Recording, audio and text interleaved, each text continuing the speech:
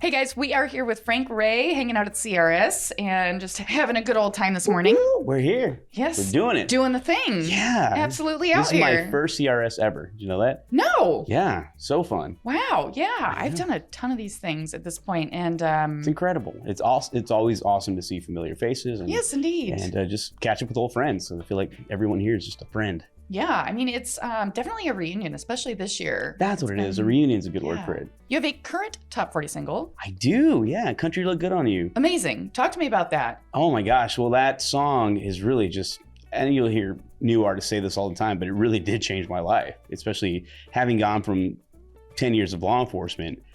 You know, the support that we've had from country radio and all the media outlets and everybody has just really turned my life upside down. And it's just in all the good ways. It's incredible to watch. And yeah, I'm really proud of the song.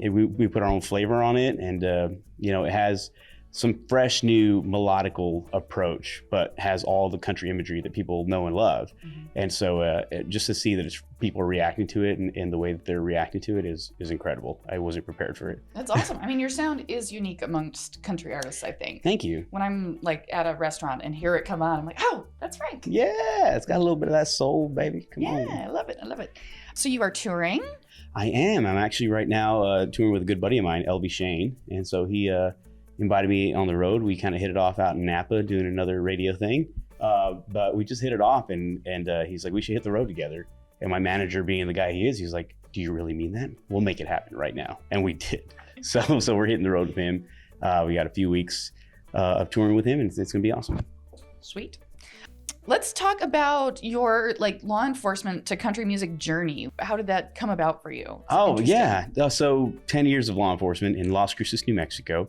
And when I gained enough seniority, I was gigging at all the honky tonks Thursday, Friday, and Saturday. And so it was always interesting because even people that I arrested, would show up at the shows, and I knew we were onto something good when instead of wanting to get into a bar fight with me, they'd buy me a shot or something. And I was just like, all right, they must enjoy the music. And so that's kind of where I knew we were on something. And when things really started taking off, and the demand for me to start going to play, outside of our little region grew, I found myself at a crossroads. And it was like, well, I'm going to stick with law enforcement. But then my wife was like, no, don't do that. I know music is your life's passion.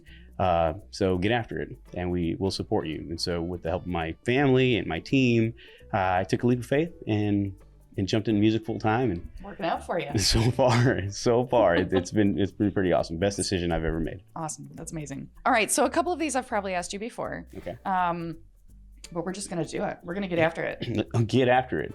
Let's say, Frank, that instead of law enforcement or music, your career of choice was professional wrestling. What would your walkout song be?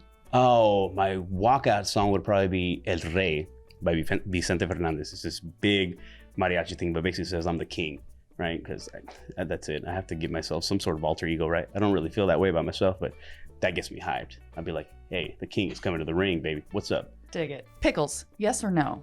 Absolutely. Bucket list collaboration. Oh my gosh, there's so many great artists that I look up to right now, especially current. I would love to do something with Lainey Wilson. Dan and Shay, I love what they do. I think Shay really sings circles around a lot of people in this industry, and I'd love to see what that would sound like. And Bruno Mars, for sure. I could see that. For sure. Like that. I'd love to do something with Bruno. Yeah, I just want to see that music video. What's that? I just want to see that music video. Oh, that'd be fire. Yeah. That'd be so fire. My knees, I don't know if they can handle it. I was doing some Latin dancing last night, and I was like, oh gosh, it's creeping up. I don't know if I can keep up with Bruno. I don't know. We'll see. I mean, he's got some years on you. He's doing all right. That's true. That's true. You get to meet a lot of famous people in this industry. Has there been a time where you've just completely fanboyed out and embarrassed yourself? And if so, please tell us the story. Oh gosh, I don't know that I necessarily embarrass myself. I probably do that on a daily basis, honestly.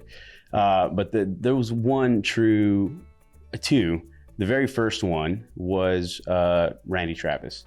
It was at a Texas Country Music Award thing, and I was just like, that guy inspired me. I grew up listening to the '90s country, and just to see him and shake his hand, I was like, I forgot words. The other one was George Strait.